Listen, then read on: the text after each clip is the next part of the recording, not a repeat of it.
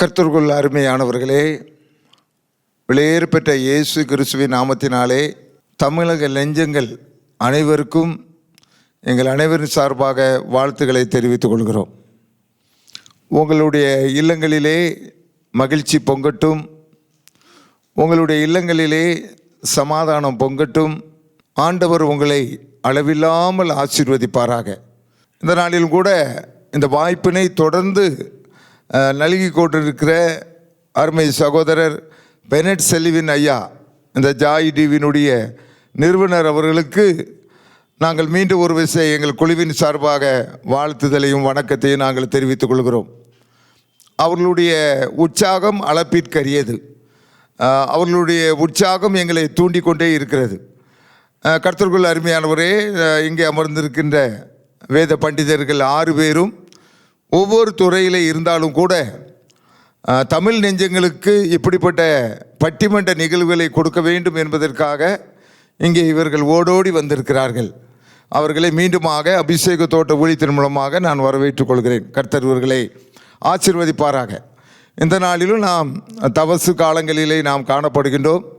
இந்த தவசு காலங்களிலே அநேகமாக எல்லா திருச்சபைகளிலும் மாலை ஆராதனை இருக்கிறது, காலை ஆராதனை இருக்கிறது.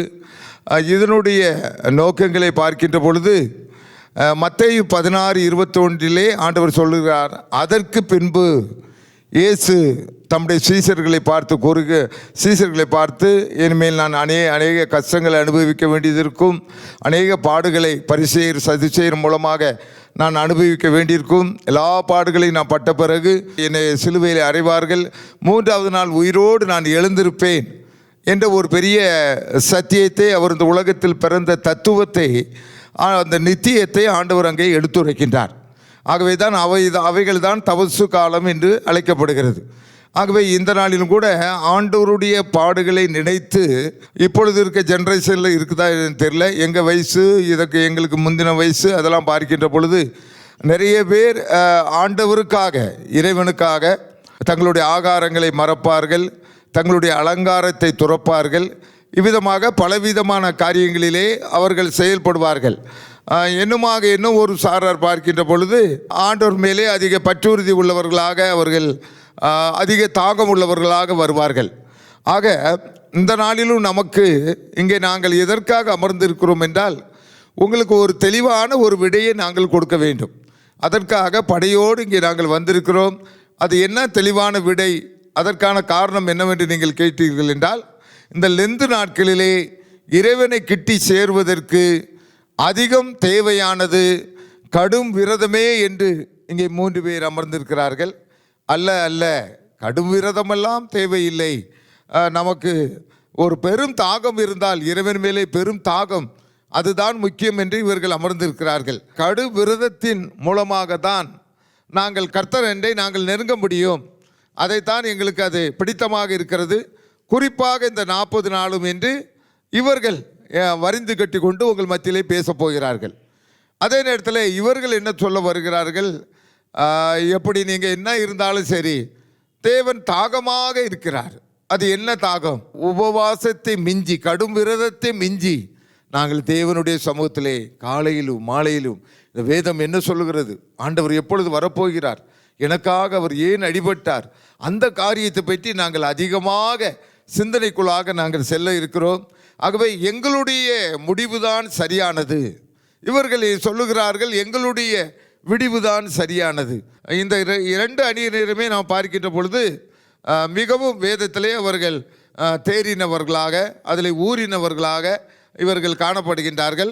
அந்த வகையிலே விரதமேங்கிற வகையிலே முதலாவதாக நான் இஸ்ரவேல் ஐயா அவர்களை அறிமுகப்படுத்துகிறேன். இந்த இஸ்ரவேல் ஐயா அவர்கள் அபிஷேக தோட்ட ஊழியத்தினுடைய உடன் ஊழியராக இருக்கிறார்கள். அமர்கள் விரதமேங்கிற தலைப்பிலே. அடுத்தபடியாக திருமதி பத்மாவதி எபனேசர், இவர்கள் ஊழியங்களை செய்கிறார்கள், திருச்சபை வச்சிருக்கிறார்கள், புளிச்சலூர் பகுதியிலே இருக்கின்றார்கள். அடுத்தபடியாக இவாஞ்சலிஸ்ட் ஜெபசீலன் அவர்கள் தொழிலதிபராக இருந்து கொண்டு ஊழியம் செய்துகிறார்கள். இவர்கள் 3 பேரும் என்ன சொல்ல வருகிறார்கள் என்றால், கடும் விரதத்தின் மூலமாகத்தான் ஆண்டவர் எங்களை நாங்கள் தன்னைத்தான் வெறுத்து தன் சிலுவை எடுத்துக்கொண்டு என்னை பின்பற்றாதவன் எனக்கு சீசனாக இருக்க முடியாது, அந்த தலைப்பிலே இவர்கள் வருகின்றார்கள். அடுத்தபடியாக தாகமே எங்களுடைய அணி தலைவியாக டாக்டர் வீணா எம்பிபிஎஸ் ஸ்கேன் ஸ்பெஷலிஸ்ட் அவர்கள் இங்கே வந்திருக்கிறார்கள். அவர்கள் பம்பல் பல்லாவரம் பகுதியிலே அவருடைய ஜிப் மருத்துவமனை மிகவும் புகழ்பெற்றது. அவர்கள் இந்த நாளில் இங்கே வந்திருக்கிறார்கள். அடுத்தபடியாக திருமதி ஜெபராணி பாக்கியராஜ் நம்மத்தில் வந்திருக்கிறார்கள். இவர்களும் இவாஞ்சலிஸ்ட் தான், அநேக பாடல்கள் எழுதியிருக்கிறார்கள். இந்த நாளில் மிகுந்த தாகத்தோடு வந்திருக்கிறார்கள். அடுத்தபடியாக மூன்றாவதாக செந்தில் நடராஜன் அவர்கள் தாகமெடுத்து வேகமெடுத்து இந்த இடத்திலே அவர்கள் வந்திருக்கிறார்கள். அவர்களையும் கர்த்தர் ஆசீர்வதிப்பாராக. ஆகவே இந்த நாளிலும் இப்பொழுது நீங்கள் ஆவலோடு எதிர்பார்த்து காத்து கொண்டிருக்கிறீர்கள். தொலைக்காட்சி விட்டு நகராமல் அமர்ந்து கொண்டிருக்கிறீர்கள். உங்களுடைய செவிக்கு இனியதாக, உங்களுடைய சிந்தனைக்கு அதிக தூண்டுதலாக இதுவரை கேட்டிராத சத்தியங்களை, வாதங்களை நீங்கள் கேட்க இருக்கிறீர்கள். முதலாவதாக நான் துவங்குகிறேன் என்று இஸ்ரவேல் ஐயா நம்மத்தில் வந்திருக்கிறார்கள்.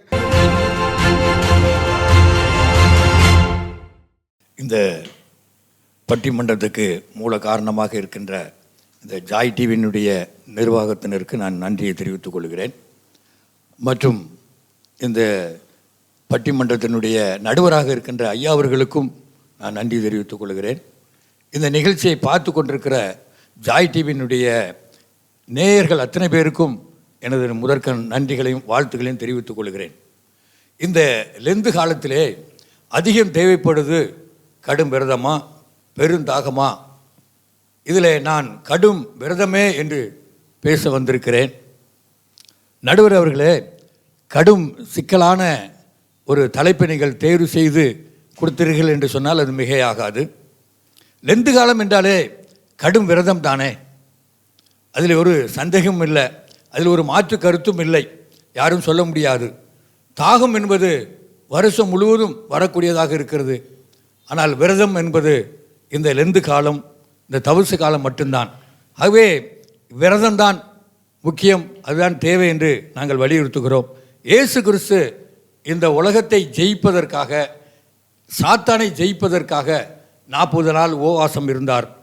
அதை நமக்கு கற்றுக் கொடுத்து சென்றிருக்கிறார். 40 நாட்கள் அவர் உபவாசம் இருந்தார். நாமுமாக அதை பின்பற்றுகிறோம். லெந்து காலத்திலே அதிக தேவையானது விரதமே. இவர்கள் பெரிய தாகத்தை குறித்து என்ன பேசப் போகிறார்கள் என்பது எனக்கு தெரியவில்லை. நடுவர் அவர்களே, நம்மத்தில் மருத்துவத்துறையிலே புகழ்பெற்ற டாக்டர் வீணா அவர்கள் வந்திருக்கிறார்கள். அதுவும் எதிரணியிலே உட்கார்ந்திருக்கிறார்கள். அவர்கள் நான் அவரிடத்தே ஒரு கேள்வியை வைக்கிறேன். ஒரு சுகவீனமான கேள்வி. சரி, கேளுங்க. திடீர்னு கேட்குறீங்களா? ரைட்டு, பேசுங்க. ஒரு சுகவீனமான மனிதன் சுகமடைவதற்கு தேவையானது மருத்துவ கோட்பாடா அல்லது மத கோட்பாடா என்று அவரிடத்தில் கேட்டால் அவர்கள் மருத்துவ கோட்பாடு தான் என்று சொல்வார்கள். அவங்க சொல்லலையே, நீங்க தானே சொல்றீங்க ஐயா. சொல்லுவார்கள், கேட்டால் சொல்லுவார்கள். அவங்க ஒன்றும் சொல்லலை. சரி, மருத்துவர் அப்படிதான் சொல்லுவார்கள். சரியா. ஆனால் இந்த நாளிலே ஏதோ ஒரு தாகத்திலே இந்த அணியில அமர்ந்திருக்கிறார்கள். சரியா ஐயா நடுவர் அவர்களே, ஒன்றை நான் ஞாபகப்படுத்துகிறேன். 1 சாமுவேல் 2ஆம் அதிகாரத்தில் ஒப்னே பினேகாஸ் என்று 2 கர்த்தருடைய பணிவிடைக்காரர்கள் இருந்தார்கள். ஆமாய்யா. அவருடைய நாவு கர்த்தருக்கு பிரியமான விரதத்தை கடைபிடிக்கவில்லை. ஓஹோ. அவருடைய கண்கள் கர்த்தருக்கு பிரியமான விரதத்தை பின்பற்றவில்லை. கவனிங்க, நல்ல பாயிண்ட் சொல்றேன். கர்த்தருக்கு பிரியமான விரதத்தை கடைபிடிக்கவில்லை. சரி. அவர்களுடைய மூக்கு கூட கர்த்தருக்கு பிரியமான உணவை முகரவில்லை. என்னது, மட்டன் பக்கம் போயிடுச்சா இல்லை எப்படி? அங்கே கறிதானா? ஓ, ரைட். ஆகவே அங்கிருந்து கொத்தி எடுத்துக்கிடுவா 2 பேரும். ரைட். சரி. ஆகவே அதனுடைய விளைவு கர்த்தரே அவர்களை அடித்து போட்டார் என்று சொல்லி கவனிங்க. வேற உபவாசம் இருந்து என்ன செய்யறது, அங்க கர்த்தர் அடிச்சு போட்டாரு சொல்றாரு. அப்படிதானே? இந்த கடின விரதத்தை ஒரு சிறந்த உதாரணமாக பவுல் அவர்கள் பவுல் அடியார் எழுதி வைக்கிறார். சரி. 1 கொரிந்தியர் 9:27 பார்க்கும் பொழுது அவர் எழுதியிருக்கிறார், மற்றவர்களுக்கு போதிக்கிற நான் தானே ஆகாதவனாய் போகாதபடிக்கு என் சரீரத்தை ஒடுக்கி கீழ்ப்படுத்துகிறேன். ஓ, அருமை. என்னுடைய சரீரத்தை ஒடுக்கி, அருமை. அதுதான் விரதம். தாகம் என்பது நீங்க நல்லா கவனிச்சுக்கிடுங்க, நல்ல பாயிண்ட்லாம் வெளியே வருது. தாகம் என்பது வினைச்சொல், விரதம் என்பது விளைச்சொல். ஓகே. ஒரு தாய், ஒரு மகன் இருந்தார்கள். அந்த மகன் வெளிநாடு செல்கிறார். அந்த செல்கின்ற பொழுது வழி அனுப்புகிறார். ஆனால் அந்த மகன் அங்கே சென்றாரா? ஆனால் அந்த தாய் அந்த சென்று சேரும் வரைக்கும் சாப்பிட மாட்டார்கள். அங்கே சென்று நான் சேர வேண்டிய இடத்துல வந்து சேர்ந்து விட்டேன் என்ற கவனிங்கம்மா, நல்ல கவனிங்க ஐயா. தாகாணினர் ஐயா இல்லைங்க, என்ன பாயிண்ட் சொல்றாரு அவரு. அந்த தாய் சாப்பிடுவார்கள், அது தாயுடைய அன்பு. அதற்கு மேலான தாய் அன்பு கொண்ட இயேசு கிறிஸ்துவினிடத்துல கிட்டி சேருவதுதான் விரதம். அதுதான் உபவாசம். ரைட். நடுவர் அவர்களே, தாகம் என்று இன்று பேச இருக்கிறார்களே, இவர்களுக்கு எப்படி தாகம் வரும்? சரி, முதலாவது விரதத்தை கடைபிடித்தால்தான் தாகம் தானால் வரும். ஆமா, அந்த ரூட்டுக்கு வரணும். ஓகே. கடும் விரதம். ஐயா, நம்முடைய குடும்பங்களிலே இந்த லெந்து நாட்களிலே திருமணங்கள், விழாக்கள், விருந்துகள் வைக்க மாட்டார்கள். ஐயா, 40 நாட்கள் அதற்கு லாக்டவுன் போட்டுருவோம். இது வேற லாக்டவுனா? ஐயா பயமா இருக்கே. இப்பதான் ஐயா கொஞ்சம் ஃப்ரீயா இருக்கும். இது வேற லாக்டவுனா? சரி. சிறப்பு நிகழ்ச்சிகளுக்கு லாக்டவுன். நம்முடைய இயேசு கிறிஸ்து தலையிலே முள்முடி கிரீடம் சூட்டப்பட்டதுனாலே நம்ம அநேகர் பெண்கள், நம்ம குடும்பத்திலே அநேக பெண்கள் தங்களுடைய கிரீடமாக சூடுகிற பூவை சூட மாட்டார்கள். இந்த 40 நாட்கள் அவர்கள் பூக்கு ஸ்ட்ரைக் கொடுத்துருவாங்க. இது என்னடா இது? Very good. பாருங்க ஐயா, வெளுத்து கட்டுறாரு. இந்த கவுச்சை எடுக்க மாட்டாங்க. நாங்கள் ஓட்டுகிற ஆக்டிவா வண்டியை, ஸ்ப்ளெண்டர் வண்டியை நீ எங்கும் போகாத, இந்த 40 நாளுக்கு உனக்கு மீன் கடை பக்கமே போகாத, 140 நாள் தடை உத்தரவு. என்னடா பாயிண்ட் வேறு? போக கூடாது.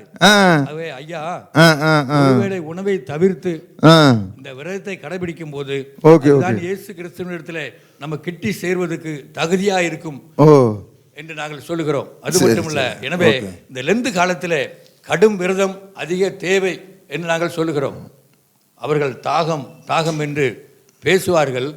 இயேசு கிறிஸ்துவுக்கே தாகம் எடுத்ததுயா. சிலுவையில தொங்கிக் கொண்டிருந்த பொழுது இயேசு கிறிஸ்துவுக்கு தாகம் வந்தது. தாகமா இருக்கிறேன்னு சொன்னாரு. அவருக்கு தண்ணியும் கொடுக்கப்பட்டது.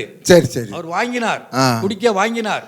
ஆனால் அதிலே ஈசோப் கலந்திருந்ததுனாலே அதை அவரு குடிக்கவில்லை. ஆகவே சரீரத்திலே தாகம் வரும், ஆனால் விரதம் வராது. அதுக்குள்ளே போக வேண்டும். அதுதான் ஆண்டவரிடத்திலே கிட்டி சேர வேண்டிய எண்ணம் இருக்குமானால் அந்த விரதத்துக்கு நம்ம கிட்டி சேர வேண்டும்.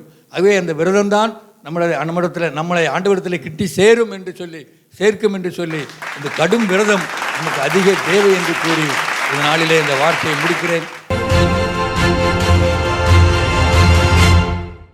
அருமையா இஸ்ரேல் நம்ம பின்னி பிணைஞ்சிட்டாரியா. நானும் லாக்டவுன்னு பயந்துட்டேன். இப்போதான் கொஞ்சம் மைண்டெல்லாம் ஃப்ரீயாக இருக்குது. ஆனால் 40 நாள் லாக்டவுனுங்கிறாரு, ஸ்ட்ரைக்குங்கிறாரு, கொண்டடி கொண்டா அந்த பக்கமே போகாதான், அதை வண்டி எடுக்காதான்னு சொல்கிறாரு. என்ன அருமையாக விரதத்தை பற்றி சொல்லி இதெல்லாம் நான் எதுக்காக கடைப்பிடிக்கிறேன்னு நினச்சேன். ஆண்டவராக இயேசுக்கிட்ட நான் கிட்டி சேருவதற்காக எப்படியாகிலும் பவுலடியார் சொல்கிறார், எப்படியாகிலும் அந்த பரமராஜ்யத்தை நான் அடைவதற்காக எல்லாவற்றையும் துறக்கிறேன்னு சொல்கிறார்.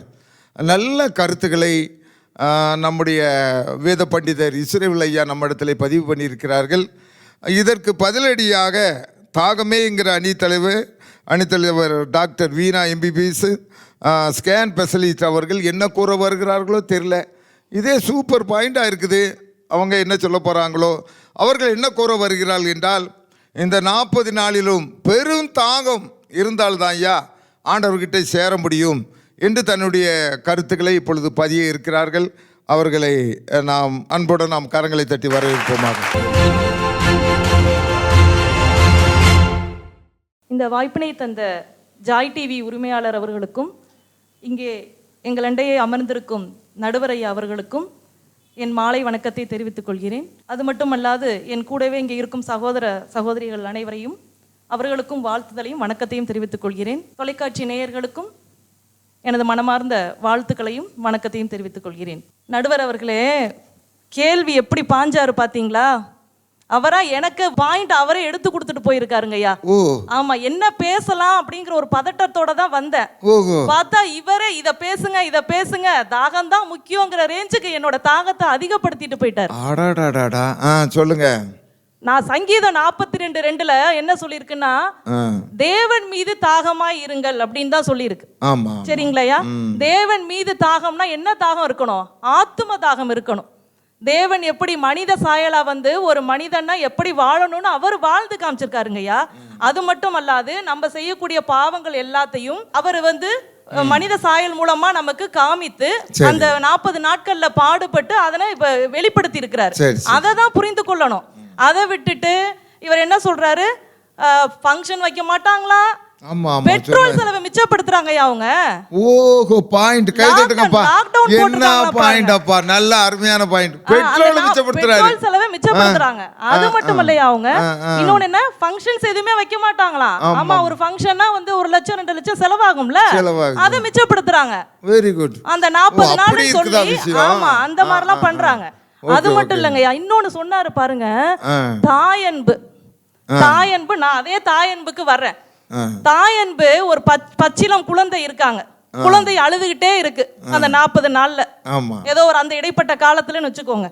அப்ப விரதம் இருக்கணும்னு சொல்லிட்டு அந்த பால், தாய் வந்து நல்ல உணவு உண்டாதாங்க குழந்தைக்கு பால் கொடுக்க முடியும். அப்ப வந்து அந்த ஒரு தாய் வந்து விரதத்துக்கு முக்கியத்துவம் கொடுத்து விரதம் இருக்க முடியுமா? மருத்துவர்னு அந்த மருத்துவ குறிப்புகள் வருது. ஆமாங்க, ஏன்னா அதை சொல்லி ஆகணுமே, ஏன்னா நீங்க மருத்துவர்னு என்னைய அறிமுகப்படுத்திட்டீங்களே. அது மட்டும் இல்லையா, நான் ஒரு மருத்துவரா இருக்கிறதுனால இன்னொரு பாயிண்ட் சொல்ற பாருங்க. இவங்கள பாருங்கய்யா, இந்த அணிய பாருங்க, இவங்க எல்லாம் விரதம் இருக்கிற ஆளு மாதிரி தெரியுதா? கொஞ்சம் எட்டி பாருங்க. அதுவும் சென்ட்ரல்ல இருக்கிற ஆளை பார்த்தா அப்படிலாம் ஒண்ணு தெரியவே மாட்டேங்குது. இன்னைக்கு மத்தியானம் பம்மல் பிரியாணி சாப்பிட்டு வந்தவங்க மாதிரி இருக்காங்கய்யா. ஆமாய்யா, உண்மைதான். ஆமா ஆமா, அவங்களுக்கு ரைட் தான். சரிங்கய்யா, அவங்க என்ன பேச போறாங்கன்னு தெரியல, நான் சொல்லிடுறேன். இன்னைக்கு எப்படியாவது பேசணும் அப்படின்னு அடிச்சு பேசணுங்கிறதுக்காக அவங்க ஒரு கட்டு கட்டிட்டு வந்திருக்காங்க. அதானே கேட்டேன். அது கரெக்ட். இவங்க எல்லாம் விரதத்தை பத்தி என்ன பேச போறாங்க? அதுதான் நமக்கு வந்து இந்த தாகத்தை பத்தி பார்க்கும்போது பைபிள் என்ன கொடுத்திருக்குன்னா, அந்த யோவான் 4:4 தாகத்துக்கு தா அப்படின்னு சொல்லி ஒரு சமாரியர் பெண்ணுகிட்ட இயேசு வந்து தண்ணீர் கேட்கிறார். அந்த தண்ணீர் கேட்கறது அர்த்தம் என்ன அப்படின்னா, தண்ணி கேட்டா அதை கொடுத்தா குடிச்சிட்டு போயிட்டு இருக்கணும். இதுதான் அவங்க நினைக்கிற தாகம், அப்படிதான். பட் நாங்க சொல்ல வர தாகம் என்ன அப்படின்னா, ஒரு ஆண்டவர் வந்து தண்ணீர் தாகத்தான் கேட்டுட்டு அந்த பெண்ணுடைய ரகசியத்தை சொல்லி அந்த பெண்ணின் மூலமாக ஒரு ஊரையே அவரை நல்ல கை தட்டுங்க. என்ன அந்த ஊரே கொண்டு வந்தார், ஊருக்கே அந்த இயேசுவின் அன்பை வெளிப்படுத்தி அவரை அறிமுகப்படுத்தி இருக்கிறார். அந்த ஒரு வார்த்தையில அவர் பிரசங்கம் பண்ணிருக்காரியா. ஐயோ, எங்கே போயிடுச்சப்பா. அப்ப எத்தனை ஆத்துமாக்களை அவரிடம் இழுத்து செல்கிறார். அதுதாங்க ஆத்தும தாகம். அதானே, சும்மா பூ வைக்க கூடாது, பிரியாணி சாப்பிட கூடாது, சும்மா அந்த 40 நாள் மட்டும் நடிக்கிறாங்க எல்லாம். ஐயோ, பத்மாவதி சிஸ்டர் கவனிச்சுக்கிடுங்க, போடுறாங்க. தாகம்னா ஆண்டவர் வந்து நீ பசியோட இரு, ஏதோ சாப்பிடாத அப்படிலாம் சொல்லல. அவர் சொல்றது என்ன, பசி, நீதியின் மேல் பசி தாகமா இரு. மத்தேயுல கொடுத்திருக்குங்க இது 5:6. சரிங்களா, இதத்தான் அவர் சொல்றாரு. ஜீவ ஊற்றாய் நான் உனக்கு தண்ணீரை தருகிறேன், நீ அருந்திக்கொள், நீ நல்லா சாப்பிட, நீ நல்லா இது பண்ணு. ஆனா நான் எதிர்பார்க்கிறது என்னுடைய சிந்தனைகளை நீ கையாள வேண்டும். Note this point. ஆகா, சூப்பர் பாயிண்ட் பாயிண்ட். கீழ்ப்படிதல் இருக்க வேண்டும், ஆமா, விசுவாசம் இருக்க வேண்டும் அப்படிங்கறாரியா. அத வந்து அந்த 40 நாள் எதுக்கு குறிப்பிட்டு சொல்றாங்கன்னா, அந்த நாட்கள்ல தான் நீங்க வந்து அதை சிந்தித்து தான் செய்த குற்றங்களை ஒவ்வொரு நாளும் நினைத்து நீங்கள் அந்த மனம் திருந்துதல் வேண்டும். அந்த மனம் திருந்துதலை எதிர்பார்த்து நம்ம அந்த ஆண்டவர் அந்த 40 நாட்களை வகுத்து அதற்காக காத்து கொண்டு இருக்கிறார். அப்ப நாம் அவரிடம் செல்வதற்கான அந்த நாட்களை ஒவ்வொரு நாளும் நாம் அவரிடம் ஜெபத்தை மேற்கொள்ள வேண்டும். ஜெபத்தை பத்தியே பேச மாட்டாங்க, நீங்க வேணா பாருங்கய்யா. அப்படியே அந்த 40 நாள் சும்மா சாப்பிடாம அப்படியே ரூமுக்குள்ள இருந்தா போதுமாங்க ஐயா? ரூமுக்குள்ள என்ன பண்ணணும்னு ஆண்டவர் சொல்லிருக்காரு. அது சரி, ரூமுக்குள்ள ஜெபம் பண்ணணும், பைபிள் படிக்கணும். இன்னும் 2 பேர் பேச இருக்காங்க பாருங்க, ஜெபத்தை பத்தியே பேச மாட்டாங்க. நான் சொல்றேன், ஓ அவங்களுக்கு வெறும் கறி மீன் தரும், முழங்கால், அவங்க பிரியாணியும் பூவை பத்தியும் தான் பேச போறாங்க. ஐயோ, சரி சரி சரி. நான் நடுவர் அவர்களே, நல்லா பாத்துக்கங்க. பிரியாணின்னு பேசி உங்களை மயக்கினாலும் மயக்கிடுவாங்க. ஓ, எனக்கு அடி விழுதா? நீங்க வந்து ஆத்ம தாகத்திலேயே சிந்தையா இருந்து எங்கள் அணிக்கு நீங்கள் வெற்றி பெற நீங்கள் அதனை உறுதி செய்ய வேண்டும். ஓகே ஓகே, நல்லா கை தட்டுங்க. அருமையான பாயிண்ட் போட்டு போயிட்டாங்க. இப்பொழுது டாக்டர் வீணா அவர்கள் மிகவும் செழிப்பாக, சிறப்பாக, சுவையாக, நயமாக நல்ல கருத்துக்களை எடுத்துரைத்து இருக்கிறார்கள். அடுத்தபடியாக அந்த அணியிலே திருமதி பத்மாவதி எபனேஸ்வர் அவர்கள் பேச வருகின்றார்கள். இவர்கள் நன்றாக ஒரு பிரசங்க, நல்ல ஒரு இவாஞ்சலிஸ்டாக இருந்து ஆண்டவருடைய பணியை செய்து வருகிறார்கள். இவர்கள் என்ன சொல்ல வருகிறார்கள் என்றால், நீங்கள் என்னதான் தாகம் இருந்தாலும் உபவாச நாளில் நாங்கள் விரதம் இருந்து ஆண்டவரை தொட்டு விடுவோம். நீங்கள் தொடுவதற்கு நாளாகும், நாங்கள் தொட்டு விடுவது எளிதாகும் என்று பேச வருகிறார்கள். இந்த நிகழ்ச்சியை தொகுத்து வழங்கி கொண்டிருக்கும் ஜாய் டிவி உரிமையாளர்களுக்கும், இந்த வாய்ப்பினை கொடுத்த எங்கள் ஐயா அவர்களுக்கும், எங்களோடு வந்திருக்க சகோதர சகோதரிகளுக்கும், ஜாய் டிவி நேயர் அவர்களுக்கும் எங்கள் அன்பார்ந்த வணக்கங்களையும் வாழ்த்துதலையும் தெரிவித்துக் கொள்கிறோம். அருமையான நடுவர் அவர்களே, தற்பொழுது நம்ம வீணா அவர்கள் பேசினதை நீங்கள் கேட்டுக்கொண்டிருந்தீங்க. அவங்க சொன்னது என்ன சொன்னாங்க? உபவாசத்தை குறித்து பேசுகிற இவர்கள் தாகத்தை குறித்து பேசவில்லை, ஜெபத்தை குறித்து பேசவில்லை என்றெல்லாம் அவங்க சொல்கிறாங்க. அது மாத்திரம் இல்லை, நல்ல பிரியாணியை சாப்பிட்டுட்டு வந்து இங்கே உட்கார்ந்துட்டு இருக்காங்க. கரெக்ட் தான், பார்த்தா அப்படிதாம்மா தெரியுது. அதாவது ஐயா, அவங்க நிறைய மெடிக்கல் குறிப்புகளை படித்து படித்து வேதத்தை சரியா படிக்கலன்னு நான் நினைக்கிறேன். சொல்லியிருக்காரு உபவாசத்தை குறித்து எங்க அவர் சொல்லல. உபவாசத்தை குறித்து தான் முதலாவது அவர் முதல்ல ஞானஸ்தானம் எடுத்த மாத்திரத்துல பரிசுத்தாவினால் வனாந்தரத்துக்கு கொண்டு போகப்பட்டு 40 நாள் அந்த என்னது மத்தேயு 4ஆம் அதிகாரம் 2ஆம் வசனத்திலேயே நமக்கு குறிப்பு இருக்கு. அதுல அவர் இருந்த போது அது எதற்காக? பலன் அடைய. எந்த பலன்? ஆத்துமாவை தான் அவர் போய் சந்திக்க போறாரு. ஜனங்களுக்கு விடுதலை கொடுக்க தான் கிறிஸ்து இயேசு போகிறாரு. அந்த இடத்துக்கு அவருக்கு தேவை என்ன? இந்த பலன் வேணும்னா அது இந்த உபவாச நாட்களை எடுத்து தேவனோடு ஒப்புரவாகி கொண்டு தேவனோடு கூட நல்ல பலனை பெற்றுக்கொள்ள வேண்டும் என்ற நோக்கத்துக்கு தான் அவர் உபவாசம் இருக்கிறார். அப்ப அந்த உபவாசத்தை குறித்து கடவுள் சொல்லணும்னு எப்படி அவங்க சொல்ல முடியும்? நான் கட்சி மாறி இப்ப நாங்க வந்துட்டேமா, கட்சி மாறிட்டேன். ஓகே ஓகே, அந்த நிலையிலேயே நீங்க இருந்தீங்களா எங்களுக்கு ரொம்ப மகிழ்ச்சி. இல்ல கட்சி மாறிட்டேன். சொல்லுங்க. மத்தேயு 17:21ஆம் வசனத்துல சொல்லப்பட்டிருக்கு, சீஷர்கள் வந்து ஊழியத்துக்கு புறப்பட்டு போறாங்க. புறப்பட்டு போகும் பொழுது அவங்களும் தாகத்தோட தான் போறாங்க. இவங்க சொல்ற ஆத்தும தாகம், அந்த ஜனங்களை கிறிஸ்து பக்கமா திருப்பணும், ஜனங்கள் மீட்படையணும், ஜனங்கள் விடுதலை பெற வேண்டும் என்ற நோக்கத்தோட தான் போறாங்க. போகும்பொழுது அவர்களால அந்த பிசாசையோ அந்த வியாதியோ விரட்ட முடியல. திரும்ப இயேசுகிட்ட வந்துடுறாங்க. வரும்பொழுது கிறிஸ்து இயேசு திரும்பவும் சொல்றாரு, இந்த வகை பிசாசு உபவாசத்தினாலும் ஜெபத்தினாலும் அன்றி வேறொன்றிலும். ஐயா பாயிண்ட் கை தட்டுங்க. என்ன சொல்ல போறீங்க நீங்க? உபவாசத்தை குறித்து எங்க சொல்லணும்? எப்படி சொல்லுங்க? அத பாயிண்ட் என்ன அருமையான பாயிண்ட் மத்தேயு 17 சொல்லப்பட்டிருக்குது. அதானே இந்த உலகத்துக்குரிய ஞானியான நம்ம வீணா சிஸ்டர் சொல்றாங்க, உபவாசம் தேவையில்ல, நல்லா சாப்பிட்டுட்டு ஆண்டவர் சமூகத்துல தாகத்தோடு இருங்கன்னு. நல்லா யோசிச்சு பாருங்க. நீங்க சொல்ற மாதிரி இப்ப நீங்க என்ன சொன்னீங்க? கிறிஸ்து இயேசு தான் சொல்லிக்கிறாங்க, என்ன பார்த்தா சாப்பிட்டுட்டு வந்த மாதிரி இருக்குன்னு, முகவாடலா இருக்க கூடாதுன்னு சொல்லிருக்காங்க. ஐயோ, அடுத்த பாயிண்ட், உபவாசத்தை குறித்து அடுத்த பாயிண்ட், எதிர்க்கட்சிகள் தூள் கலப்புறாங்க உங்களுக்கு. மாயக்காரரை போல அவங்க மாதிரி தாங்கன்னு சொல்லி மாயக்காரரை முகவாடலா இருக்காதுன்னு சொன்னாரு. நாங்க நல்லா பிரிஸ்கா அதானே கேட்டேன். எப்பா என்ன பாயிண்ட் அப்பா. வீணா சிஸ்டரும் அவங்கள அணி தலைவர்களும் சோர்ந்து போகாதீங்க. இன்னும் எங்களோட கூட இருக்க யுத்தம் பண்றதுக்கு சகோதரர்களா இருக்காங்க. முடிச்சுட்டே இருங்க. இன்னும் சில காரியங்களை நாங்க சொல்றோம். யோசபாத் ராஜா ஒருத்தர் இருந்தார். அவரை நோக்கி பகைவர்கள் வரும் பொழுது எல்லாரும் வந்து பயமுறுத்துறாங்க தான். ஆனா அவர் சொன்னது ஒன்னே ஒண்ணுதான், யூதா தேசம் எங்கும் உபவாசத்தை கூறுவிக்கிறார். ஏன் அவர் போய் சண்டையை போடலாம்ல? கடவுள்கிட்ட தானே தாகமா இருக்காரு, கடவுளோட பிள்ளை தானே. ஆனாலும் ஏன் அவர் உபவாசம் கூறுவிக்கிறாரு? உபவாசம் என்பது ஒரு அர்ப்பணிப்பு, உபவாசம் என்பது ஒரு முதல் படி வெற்றின்னு. அதனால இப்ப நீங்க என்ன சொல்ல வரீங்க? இந்த 40 நாள்ல கடும் விரதம் தான். கண்டிப்பா விரதம் என்பது தேவனுக்கு முன்பாக நம்மளுடைய அர்ப்பணிப்பா இருக்கிறது. நல்லா நம்ம பாருங்க, கறி மீனை பத்தி நீங்க சொன்னீங்க 144 தடையெல்லாம் ஏன் சொல்றோம்னா, வாங்கி வந்து அதை செய்யறதுக்கே ஒரு 3 மணி நேரம் ஆகும். அந்த 3 மணி நேரம் ஜெபிக்கலாம். பாரு பாயிண்ட் எங்கேயோ போகுதே. அதான் 3 மணி நேரம் முட்டைகள் போட்டுடலாமே. நல்லா சிக்கனையும் மட்டனையும் வந்து சமைக்கிறதுக்கு கண்டிப்பா ஒரு 2 மணி நேரத்துல 3 மணி நேரம் ஆகும். கண்டிப்பா அதெல்லாம் தேவையில்லைன்னு ஒதுக்கிட்டு எங்கள் தேவனுக்காக இந்த லென்த் என்னென்ன பாயிண்ட் அப்பா வருதப்பா. ஆத்மா தாகம் இல்லாமையா நாங்க அதெல்லாம் செய்யறோம். நீங்க தான் கவனிக்கணும். கவனித்து நல்ல முடிவை எங்களுக்கு சாதகமா கொடுக்கணும் ஐயா. அது மாத்திரம் கடைசியாக ஒண்ணு சொல்லிட்டு போயிடுறேன். யோசபாத் ராஜா எதிரியை வீழ்த்துவதற்கு கண்டிப்பாக 2ஆம் நாளாகத்துல நீங்க திரும்பவும் போய் படிங்க.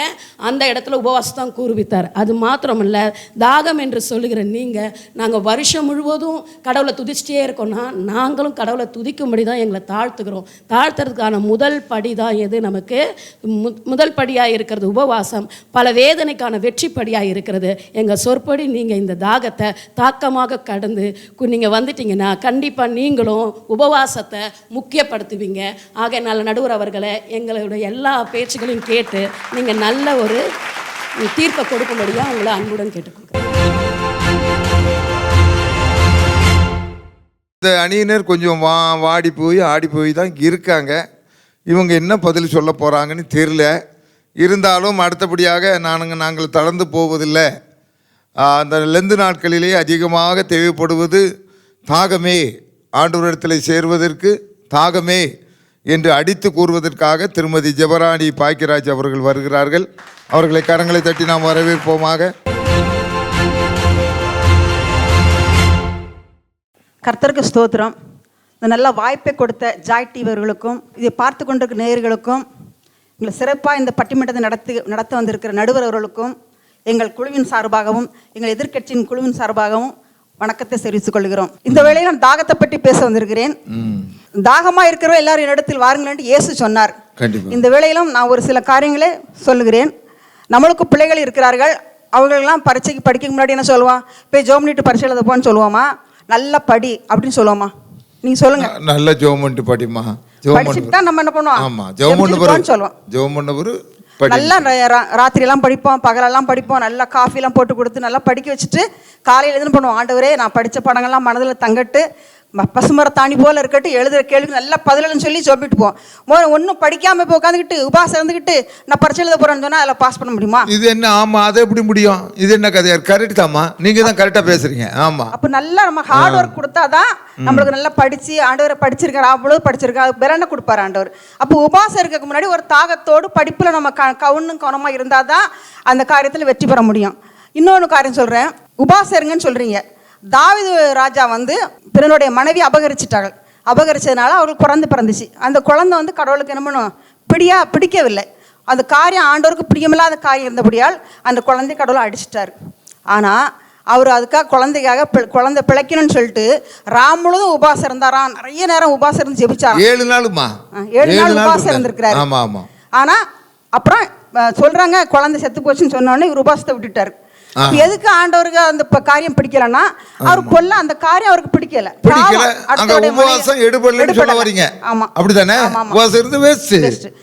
உபாசம் பண்ணும்போது கடவுளுக்கு பிரியமில்லாத காரியங்களை சொல்லி உபாசம் பண்றோம். அந்த கடவுள் ஜெபத்தை கேட்கவே மாட்டார் சொல்லிட்டாங்க. பிரியமான உதாரணத்தோடு சொல்லிட்டாங்க. சரி சரி. சகைன்னு ஒருத்தர் இருந்தாரு. அவர் வரி வசூலிப்பவர். அவர் வந்து கடவுளை பற்றி நல்லா அறிஞ்சிருக்காரு. அற்புதங்கள் நடக்கும், அதிசயங்கள் நடக்கும், எல்லாவற்றும் அறிஞ்சிருக்கிறாரு. ஆனா அவர் எப்படிப்பட்டன்னு பார்க்கன்னு சொல்லி மனசுல ஒரே தாகம். நம்மளே ஒரு சில பேரை பார்க்கணும்னு ஆசைப்படுவோம். அதே மாதிரி அவருக்கு பயங்கர ஆசையா இருந்துச்சு. அதனால ஒரு நாள் என்ன பண்ணாரு, இயேசு கிறிஸ்து அந்த ஊருக்கு வராருன்னு கேள்விப்பட்டு அவர் எப்படியா அன்னைக்கு பாத்துறோம்னு சொல்லிட்டு ஒரே வாஞ்ச உள்ளத்துல ஒரே தாகமா இருந்தாரு. அந்த தாகத்தினால அவர் குள்ளமா இருந்தனால அவருக்கு ஒரு கூட்டத்துல பார்க்க முடியாங்கிற ஒரு காட்டத்தி மரத்துல ஏறி இயேசு கிறிஸ்துவை பார்த்துட்டாரு. பார்த்த உடனே இயேசு கிறிஸ்து அங்க இருக்கிற எப்படி தெரியும்? அப்ப ஆண்டவருக்கு எல்லாம் தெரியும். பாதாளத்தில் படுக்கை போட்டாலும் அங்கேயும் அவரோட கரம் இருக்குன்னு சொல்லி வேதம் சொல்லுது. நம்ம எங்க இருந்தா அவரோட கண்கள் நம்ம நோக்கி பார்க்கிறது.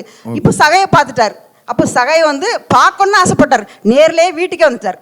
அப்ப நம்ம என்ன பண்றோம்? அப்ப தாகத்தோட அவரை தேடும் பொழுது தேடுவினா கண்டடவின்னு வேதம் சொல்லுது. இவனும் ஆபிரகாமுக்கு குமாரனா இருக்கிறானே, அந்த தாகத்தை என்ன செய்யறாரு? அப்ரிஷியேட் பண்றாரு. ஓகே ஓகே, நல்ல பாயிண்ட். அருமையான பார்க்கணும்னு ஆசைப்பட்டார். ஆனா வீட்டுக்கு வருவாருன்னு எதிர்பார்க்கவே கூட்டு போயிட்டாரு. எவ்வளவு போய் அற்புதம் பாருங்க. அப்ப நம்ம தாகத்தோட கடவுள் உபாசம் இருக்கல, உபாசம் இருக்கல, அவர் பார்க்கணும் மனசுலதான் ஆசைப்பட்டார். அருமையான பாயிண்டாப்பா. சரி சரி சரி. இன்னொன்னு காரியம் சொல்ல போனா பெதஸ்தா குளத்தை எடுத்துக்கிடுங்க. எல்லாருக்கும் தெரிஞ்ச விஷயம் தான். ஆனா பெதஸ்தா குளத்தை 38 வருஷமாய் ஒருவன் வந்து படுத்திருக்கான், வியாதியா படுத்திருக்கிறான். அவனை வந்து அந்த குளம் கலக்கப்படும் போது யாருமே முதல்ல முங்குறார்களோ அவர்களுக்கு தான் சுகம். ஆனால் இவரால் முங்க போக முடியாது. ஏன்னா அவர் வியாதியாக படுத்து கிடக்காரு, நடக்க முடியாது. யாரும் அவரை தூக்கிட்டும் போகலை. அப்போ அவர் மனசுக்குள்ள எவ்வளோ பாரத்தில் படுத்திருப்பார். 30 வருஷம் ஒரே இடத்துல படுத்திருப்போம். ஒரு வாரம் குளிக்கலன்னா கூட நம்ம கதை எப்படின்னு நம்மளுக்கு தெரிஞ்சிருக்கும். 30 வருஷம் ஒரு பக்கத்தில் யாரும் போக முடியாது. அதனால் யாரும் அவரை தூக்கிட்டு கூட அந்த குளத்தில் முக்க முடியாது. ஆனால் இவருடைய தாகத்தை பார்த்து கடவுளை இறங்கி வந்து அவருக்கு சுகத்தை கொடுத்துட்டார். யாரும் குளத்துக்கு போனா நானே உங்கள்கிட்ட வந்துருந்தாப்பான்னு சொல்லிட்டு வெரி குட் வெரி குட் வந்து அவர் சுகத்தை கொடுத்து அவர் அற்புதமாக நடத்தினார். இன்னொரு காரியம் என்ன சொன்னால், பேதுரும் யோவானும் தேவாலயத்திற்கு போகிறார். போகும்பொழுது அங்கே பிறவியிலே ஒரு சப்பானியாக இருந்த மனுஷனை கொண்டு தேவாலயத்தில் வச்சிருக்கு. எதுக்கு வச்சிருக்கிறாங்கன்னா, தேவாலயத்தை நம்ம பார்க்குறோம், இப்போ வாசலில் நிறைய பிச்சைக்காரங்களாம் பிச்சை எடுத்துகிட்டு இருப்பாங்க. அப்போ அந்த முடவனும் அதில் உட்காந்துருக்கிறான். அந்த முடவனுக்கு மனசுக்குள்ள எவ்வளோ கஷ்டம் இருக்கும். நம்மளை எழுந்து நடக்க முடியலையே, நம்மளால் ஒன்றும் செய்ய முடியலன்னு சொல்லி பயங்கர தாகம் வாஞ்ச எல்லாம் ஒன்று தான். எல்லாம் தாகத்தோடு இருக்கும்போது அப்போ 2 ஊழியக்காரங்க வரும்போது இப்படி கூர்ந்து பார்க்குறாங்க, நம்மளுக்கு எதாவது தரமாட்டாங்களா, நம்மளுக்கு எதாவது கிடைக்காதான்னு சொல்லி ஒரு தாகம். அது ஒரு தாகம். அப்போ இவங்க சொல்றாங்க, நீங்க உற்று பார்த்துட்டு இருக்கா, என்கிட்ட ஒன்றும் இல்லப்பா, வெள்ளியும் என்கிட்ட இல்லை, பொண்ணு என்கிட்ட இல்லை, எனக்குள்ள இயேசுவின் நாமம் மட்டும் இருக்குது, நீ எழுந்து நடன்னு சொல்லி அதில் ஒரு சுகத்தை கொடுத்தாரு. அப்போ தாகத்தோடு அவரை பார்க்கும்பொழுது அதில் ஒரு சுகம் கிடைக்குது. ஆமா ஆமா. தாகம் தான். எல்லாம் தாகம் தான். தாகம் மனசுல வந்தாதான் நம்மளுக்கு எல்லாம் சுகமோ செல்வமோ பொருளாதார எதுவுமே தாகத்தோடு கடவுள் சமூகத்துல கேட்கும்போது தான் நம்மளுக்கு எல்லாம் கிடைக்கும்னு வாதம் பண்றேன். அடுத்ததாக பேதுரு ஒரு இடத்துல பிரசங்கம் பண்ற அப்போஸ்தலர் 2ஆம் அதிகாரத்துல அதில் நிறைய பேர் இருக்கிறாங்க. ஆனால் அந்த பேதுரு எல்லாம் தாகத்தோடு எல்லாம் கேட்குறாங்க. இன்றைக்கி நம்ம சபைக்கு போகும்போது ஃபாதர் பிரசங்கம் பண்ணும்போது நம்ம தாகத்தோடு கேட்குறோம். தாகத்தோடு கேட்கும்பொழுது நம்மளுக்கு அந்த வார்த்தைகள் நம்மளை உள்ளத்தில் உருவாக்குகிறது. அதே மாதிரி இந்த பேதுரு பேசிகிட்டு இருக்கும்போது அந்த உள்ளத்தில் நிறைய பேர் குத்தப்பட்டவர்களாய் அதில் 3000 பேர் அன்றைக்கி ரசிக்கப்பட்டவர்களாம், ஞானஸ்நானம் பெற்றார்களாம். ஒரே ஒரு வார்த்தையினால் அந்த வார்த்தை அவர் உள்ளத்தில் பேசிச்சுது. இவங்க தாகத்தோடு அதை ஏற்றுக்கொண்டார்கள். இந்த வார்த்தை ஏற்றுக்கொண்டதுனால 3000 பேர் ரசிக்கப்பட்டிருக்காங்க. நாம் இந்த வேளையில் சொல்கிறதுனா தாகம் இருந்தால் தான் நம்ம உபாசம் இருக்க முடியும். நம்ம ஜெபிக்க போறோம், அதுக்கு முன்னாடி நமக்கு ஒரு வாஞ்சை இருக்கணும். இன்னைக்கு ஜெபிக்கணும் அப்படின்னு ஒரு வாஞ்சை இருக்கணும். ஜெபிக்கணும், ஒரு வேதம் வாசிக்கணும் வாஞ்சை இருக்கணும். சபைக்கு போகணும் வாஞ்சை இருக்கணும். எல்லாம் இருந்தாதான் நம்ம அந்த உபாசம் இருக்க முடியும். வெறுமனே ஓடி போய் உபாசம் இருந்துட்டு எனக்கு ஜெபிக்கிற சொல்லுங்க. அதனால இந்த 40 நாளும் நமக்கு தேவை தாகம் தான். ஆமா, தாகம் தான் சொல்லிடுறேன். இந்த வேளையில அந்த தாகத்துக்காக தான் நாங்கள் உங்களோட சமூகத்தில் அங்கே வச்சிரோம். அன்னைக்கு சாலமோன் ராஜா எப்படி ஒரு சரியான தீர்ப்பு சொன்னாரோ அது வண்ணமாக நீங்களும் தாகம்ங்கிற தலைப்பில் நாங்கள் பேசிக்கொண்டு வார்த்தை கவனமாக கேட்டு நல்ல தீர்ப்பு கொடுக்க முடியாது நடுவரவிலே கேட்டுக்கொள்கிறேன். எங்கேயோ கொண்டு போயிட்டாங்க, நம்மளை சாலமோன் ராஜாவுக்கு கொண்டு போயிட்டாங்க. பட்டிமன்ற தலைவர் சாலமோன், இந்த சாலமோனா அந்த சாலமோனா தெரியல. ரைட், கர்த்தருக்கு சோத்திரம். நல்ல அருமையாக நல்ல பாயிண்ட்களை கொடுத்தார்கள். அங்கே பேதுருவிட பார்க்கின்ற பொழுது இயேசுங்கிற தாகம் அவருக்குள்ளாக அதிகமாக இருந்தது. இயேசு என்னென்ன காரியத்தை செய்தாரோ அதையெல்லாம் செய்ய வேண்டும் என்று அவர் பிரியப்பட்டார். அதனுடைய ஒரு சந்தர்ப்பமாக அங்கே அந்த அலங்கார வாசலில் வைக்கப்பட்டிருந்த அந்த சகோதரருக்கு அவர் சுகத்தை கொடுத்தார். அதுக்கு தாகம் என்று அருமையாக பல காரியங்களை அருமையாக ஜெபராணி அவர்கள் எடுத்துரைத்தார்கள். கர்த்தர் அவர்களை ஆசீர்வதிப்பாராக. அடுத்தபடியாக நீங்கள் என்னதான் பேசினாலும் சரி, கடும் விரதத்தின் மூலமாகத்தான் இந்த லெந்து நாட்களிலே அதிகமாக இறைவனை கிட்டி சேர முடியும் என்பதற்கு தன்னுடைய அனுபவத்தோடு கூட சிறந்த பேச்சாளராக திகழ்கின்ற சகோதரர் ஜெபசீலன் அவர்கள், பழிச்சலூர் பகுதியை சார்ந்தவர்கள், இப்பொழுது தன்னுடைய வாதத்தை எடுத்துரைக்க வருகிறார்கள். அவர்களை வரவேற்கிறோம். இந்த நல்ல வாய்ப்பினை கொடுத்த தேவாதி தேவனுக்கு என்னுடைய முதலாவது ஸ்தோத்திரத்தை ஏறெடுக்கிறேன். இந்த நிகழ்ச்சிக்கு ஏற்பாடு செய்ததான இந்த ஜாய் டிவி நிறுவனருக்கும் உடன் பங்காற்றுகிற நண்பர்களுக்கும் ஜாய் டிவி நேயர்களுக்கும் என்னுடைய நன்றியை தெரிவித்துக் கொள்கிறேன். அது மாத்திரமல்ல, இந்த இப்படிப்பட்ட ஒரு நல்ல பட்டிமன்றத்தை தலைப்பை கொடுத்து எங்களை ஊக்கப்படுத்தின எங்கள் அன்பானன் ஏ சாமுவேல்ராஜ் நடுவராக வீற்றிருக்கிற அவர்களுக்கும் எங்களுடைய குழுவினருக்கும் தோல்வியை ஏற்க இருக்கிறதான என்னுடைய மனமார்ந்த நன்றியும் வாழ்த்துலையும் தெரிவித்துக் கொள்கிறேன். டாக்டர் முதல்ல பேசும்போது சொன்னாங்க, இவங்க வெறும் உபாசம்தான் இருப்பாங்க, இவங்க ஜெபத்தில் இருக்க மாட்டாங்க அப்படின்னு சொன்னாங்க. வேதாகமத்தில் எங்கே பார்த்தாலுமே உபவாசமும் ஜெபமும் அப்படின்றது சேர்ந்தே வரும். அதை ரெண்டையும் பிரிக்க முடியாது. உபவாசமும் ஜெபமும் அப்படின்னு சொல்லி, ஜெபமும் தாகமும் அப்படின்னு எங்கேயும் பைபிளில் இல்லை. அதனால் அதை நல்லா புரிஞ்சுக்கணும் அவங்க. ரெண்டாவதாக சகோதரி பேசும்போது தாவீதை குறித்து சொன்னாங்க. அந்த உபவாசம் ஃபெயிலியர் அப்படின்னு சொல்லி சொன்னாங்க. வேதாகமத்தின் படி ஒரு காரியம் 2 சாட்சிகளால் அது நிறைவேற்றப்படும், பூரணப்படும். ஒரு சாட்சியின் மூலமாக எந்த காரியத்தையும் உறுதிப்படுத்த முடியாது. ஆகவே அந்த ஒரே ஒரு சம்பவத்தை தவிர உபவாசத்தின் மூலமாக பல பரிசுத்தவான்கள் பெரிய வெற்றிகளை பெற்றிருக்கிறார்கள் என்பதை வேதாகமம் நமக்கு எடுத்து உரைக்கிறது. ஆகவே அதில் சில பரிசுத்தவான்களுடைய உபவாசத்தை குறித்து, ஜெபத்தை குறித்து நான் சொல்லுகிறேன். அப்பொழுது நான் பேசும்பொழுது நீங்களும் அதை நன்றாக புரிந்து கொள்வீர்கள், நேயர்களும் அதிகமாக புரிந்து கொள்ள முடியும். நல்லா கேட்டுடுங்க, ஐயா சொல்ல போகிறாங்க, நீங்கள் கொஞ்சம் கட்சி மாறுங்க. மோசே என்கிற மாமனிதன் இந்த இஸ்ரவேல் ஜனங்களை கானான் தேசத்திற்கு அழைத்து செல்வதற்கு 40 நாட்கள் உபவாசித்து ஒன்றும் புசியாமலும் குடியாமலும் இருந்து சீனாய் மலையிலே சென்று தேவனிடத்திலிருந்து கட்டளைகளை அவர் பெற்று வந்தார். அப்படி பெற்று வந்தது நிமித்தமாக அந்த ஜனங்களை 40 ஆண்டுகள் அவர் வழிநடத்தி கானானுக்கு. என்ன பாயிண்ட், இப்போ உலக சரித்திரத்திலே இந்த பாயிண்ட் வந்ததே இல்லையே. 40 நாள் மலையில் இருந்ததுனால 40 வருஷம் நடத்தியிருக்கார் அந்த பெலன். ஓகே ஓகே, இன்னும் சரியான பாயிண்ட். நீங்கள் உபவாசத்தினால் நெகேமியா என்கிற ஒரு தேவ மனிதனை பார்க்க முடியும். அந்த மனிதன் ராஜாவுக்கு பானபாத்திரக்காரனாக இருந்தான். அந்த மனிதனுடைய சாப்பாடு எப்படி இருக்கும் என்று சொன்னால், அவன் சாப்பிட்ட பிறகுதான் ராஜா அந்த சாப்பாட்டை சாப்பிட முடியும். ஆனால் தன்னுடைய ஜனங்கள் எருசலேமிலே துன்பத்தை அனுபவிக்கிறார்கள் என்று கேட்ட பொழுது அவனுடைய உள்ளம் உடைந்து அவன் சில நாளாய் துக்கித்து உபவாசித்து பரலோகத்தின் தேவனை நோக்கி மன்றாடின பொழுது தேவாதி தேவன் அந்த நெகேமியாவுக்கு இரக்கம் கிடைத்து ராஜாவின் கண்களில் தயவு கிடைத்து மீண்டுமாக தன்னுடைய சொந்த தேசத்துக்கு திரும்பி சென்று இடிந்து போன மதில்களை கட்டி அந்த பட்டணத்தை புதுப்பித்ததை நாம் நன்றாக நல்லா கவனிங்க ஐயா, தாவானியர் கவனிங்க. எஸ்தர் ராஜாத்தை குறித்து எல்லாருக்கும் நல்லா தெரியும். தெரியும். யூத குல மீட்பு அங்கே ஒரு சட்டம் நிறைவேற்றப்பட்டது. 127 தேசத்துடைய அதிபதி ஒரு சட்டம் போடுகிறார், யூதர்களை கொலை செய்ய வேண்டும் என்று சொல்லி. ஆனால் இந்த எஸ்தர் என்கிற ஒரே ஒரு ராஜாத்தியின் மூலமாக ஒரே ஒரு பெண்மணி 3 நாள் உபவாசித்த பொழுது அந்த காரியங்கள் மாறுதலாய் முடிந்தது என்று சொல்லி யூதர்களுக்கு மகிழ்ச்சியும் களிப்பும் உண்டாயிற்று. பாருங்க, ஒரு பெண்மணியுடைய உபவாசத்தின் மூலமாக தேவாதி தேவன் முழு இஸ்ரவேல் ஜனங்களுக்கும் யூதர்களுக்கும் ஒரு விடுதலையை கொடுப்பதை நாம் அங்கே பார்க்க முடியும். அது மாத்திரமல்ல, நமக்கு நன்றாக அறிந்த ஜெப வீரனாகிய தானியேல், நான் அதை தான் முதலே சொன்னேன், உபவாசமும் ஜெபமும் சேர்ந்தே வரும் என்று சொல்லி. பாருங்க, தானியேலை பாருங்க, அவர் அந்த எருசலேமிலிருந்து அவர்கள் அந்த அடிமையாக பாபிலோன் தேசத்திலிருந்து தன்னுடைய தேசத்திற்கு செல்ல வேண்டும் என்கிற அந்த உள்ளத்தின் ஏக்கத்தோடு அவர் இருக்கும் பொழுது 70 ஆண்டுகள் நிறைவேறி தீர வேண்டும் என்று சொல்லி தேவன் நமக்கு அந்த தீர்க்க தரிசனத்தின் மூலமாக சொல்லப்படுகிறது. அப்பொழுது அந்த நாட்களுக்காக அவர் காத்திருந்து உபவாசித்து ஜெபித்து அவர் விடுதலையை பெற்றுக்கொள்வார். அந்த நாட்களில் பார்த்தீங்கன்னா அவர் பரிமள தைலமும் பூசிக்கொள்ளவில்லை. ராஜாவுக்கு அடுத்த ஸ்தானத்தில் இருக்கிறாரு. தன்னுடைய எல்லா ஆசைகளையும் அவர் சாம்பலில் உட்கார்ந்து அந்த துக்கத்தின் மூலமாக தேவனை பிரியப்படுத்தி வேண்டிய அந்த நன்மையை தன்னுடைய தேசத்திற்காக தேசத்தின் ஜனங்களுக்காக பெற்றுக் கொடுத்ததை நாம் அறிந்திருக்க முடியும். பாருங்கள், இந்த சாப்பாடு அதெல்லாம் ஒன்றும் இல்லையா, நல்லா சாப்பிட்டுட்டு தான் எல்லாம் தாகமாக இருக்கணும் அப்படின்னு சொல்லி சொன்னாங்க. அது எந்த அர்த்தத்தில் அவங்க சொல்கிறாங்கன்னு தெரியல. ஆமாம், நல்லா சாப்பிட்டு உங்க பாயிண்ட்டுக்கெல்லாம் பார்த்த பிறகு கொஞ்சம் தெரிஞ்சிருப்பாங்க.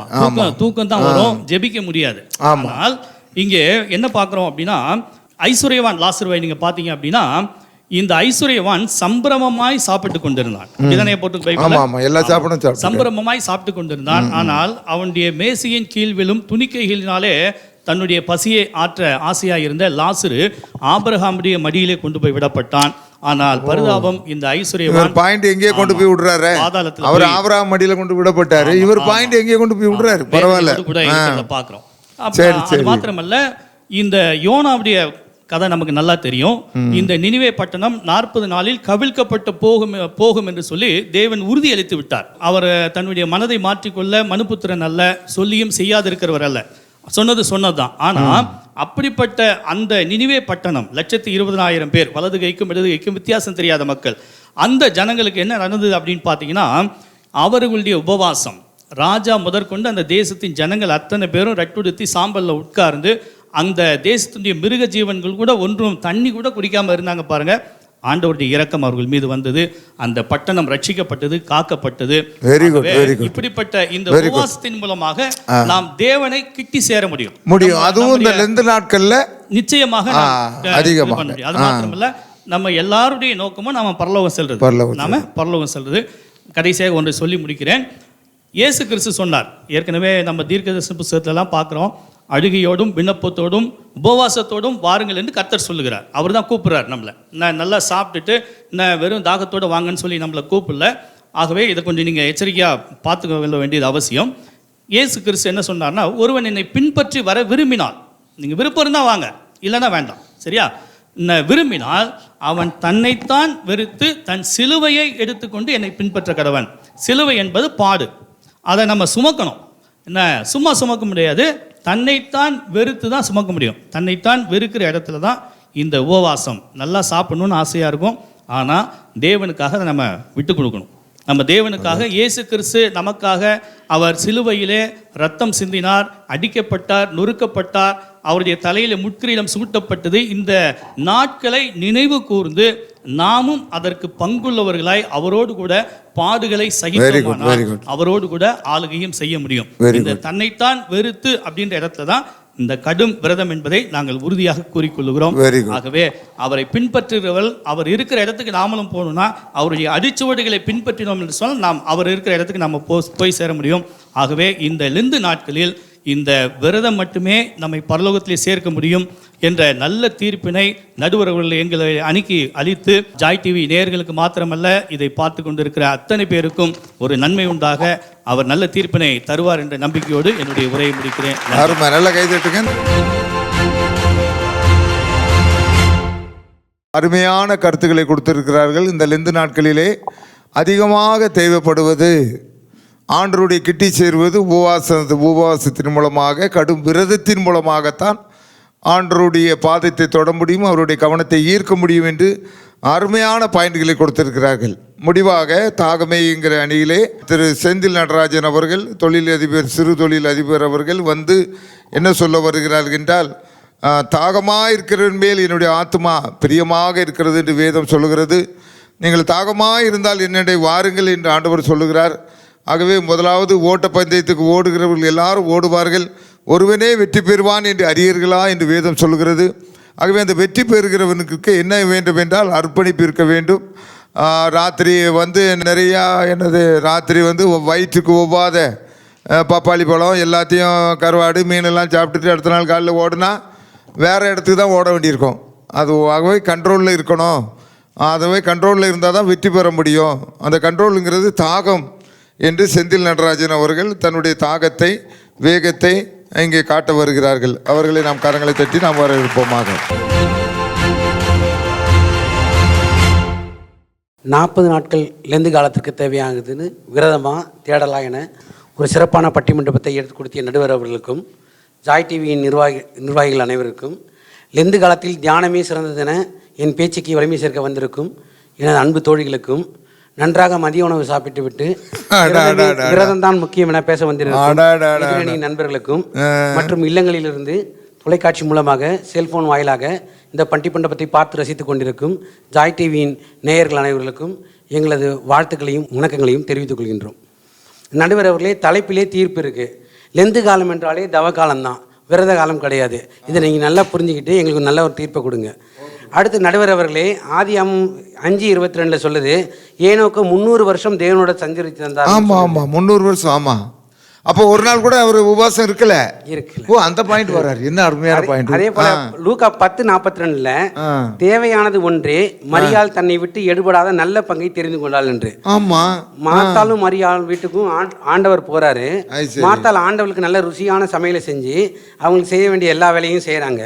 ஆனா மரியாள் வந்தும் ஆண்டவரின் பக்கத்திலே உட்கார்ந்து, ஐயா ஜெயசீலன் ஐயா, இதுக்கு என்னையா சொல்றீங்க? என்ன பாயிண்ட்? ஆண்டவர் சொல்கிறார், மரியாள் தன்னை விட்டு எடுபடாத நல்ல பங்கை தெரிந்து கொண்டு. அதானே. அதே போல விரதம் என்பது தேவன் மேல் உள்ள வாஞ்சையினால் இருப்பது. கடவுளை நினைக்காமல் வெறும் விரதம் மட்டும் இருந்து விரதத்தை என்றும் சொல்ல மாட்டார்கள். அதை பட்டினி தான் சொல்லுவாங்க. பட்டினியும் விரதத்துக்கும் வித்தியாசம் தெரியாம அவங்க உட்கார்ந்துட்டு இருக்காங்க. ஐயோ, கொஞ்சம் தெரிஞ்சுக்கிடுங்க. நடுவர் அவர்களே, சங்கீதம் 63:1 சொல்றது, நீர் என்னுடைய தேவன், அதிகாலமே உன்னை தேடுகிறேன், வறண்டதும் விடாயத்தையும் தண்ணீரமானது நிலத்திலே என் ஆத்மாவே உன்மேல் வாஞ்சியாய் இருக்கிறது. தாவீது ராஜா சொல்றாரு. தாவீது ராஜா. எனவே நடுவர் அவர்களே, விரதம் இருக்கும் 40 நாட்களிலும் தங்கள் சாப்பாட்டில் கறி சாப்பிடுவதை விட்டுவிட்டு நாங்கள் ஏதோ ஒரு வகையிலே தேவன் மேல் பிரியமானவர்களாக இருக்கின்றோம். தேவன் ஏதாவது ஒரு வழியிலே எங்களை ஆசீர்வதிப்பார், எங்களுடைய தவறுகளை தேவன் மன்னிப்பார், எங்களுடைய வேண்டுதல்களை நிறைவேற்றுவார் என நீங்கள் சாப்பாட்டில் வைத்துக்கொண்டு அதில் சில வழிமுறைகளை பின்பற்றதுனாலே தேவன் உங்கள் மேல் பிரியமுள்ளவர்களாக இருக்க மாட்டார். 1 கொரிந்தியர் 8:8 ஒரு வசனம் இருக்கு, போஜனமானது நம்மை தேவனுக்கும் உகந்தவர்களாக மாட்டார். இருப்பதனாலே நமக்கு ஒரு குறைவும் இல்லை, சாப்பிடுவதனால் ஒண்ணும் இல்லை, சாப்பிடாமல் இருப்பதனாலும் ஒன்றும் இல்லை. ஆனால் ஆண்டவன் தேடுதல் தான் முக்கியம்.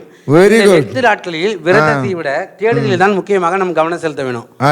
அடுத்தது நடுவர்களே, ஒரு சின்ன ஒரு இது. நடுவர் அவர்களே, நாவு அசைந்தாலும் இயேசு, செடி அசைந்தாலும் இயேசு, கொடி அசைந்தாலும் இயேசு, பிடி தளர்ந்தாலும் இயேசு, கொடி ஏற்றினாலும் இயேசு, இயேசு இயேசு இயேசு.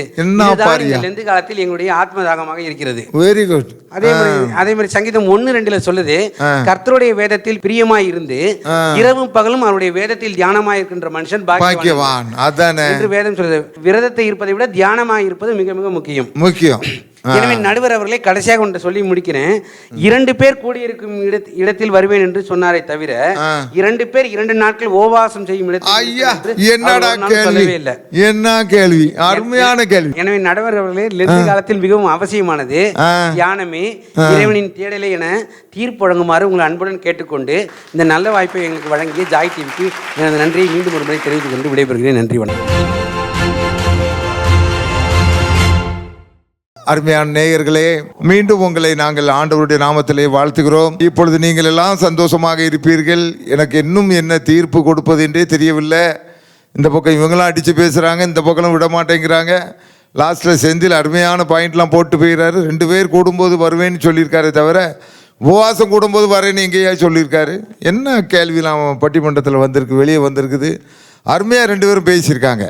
இப்போ 2 பேரும் இப்போ கடைசியாக ஒரு 3 நிமிடங்கள் 2 அணி தலைவர்களும் மீண்டுமாக வலியுறுத்தி தங்களுடைய அணிக்கு வலிமை சேர்க்க இருக்கிறார்கள். அந்த வகையிலே மீண்டுமாக இந்த பக்கத்தில் இந்த லெந்து நாட்களிலே இறைவனை கிட்டி சேர்வதற்கு அதிகம் தேவைப்படுவது கடும் விரதமே என்று மீண்டுமாக ஒரு 3 நிமிட வாய்ப்பை எடுத்துக்கொண்டு ஐயா இஸ்ரவேல் ஐயா நம்மத்திலே தன்னுடைய கருத்துக்களை கூறுகிறார்கள்.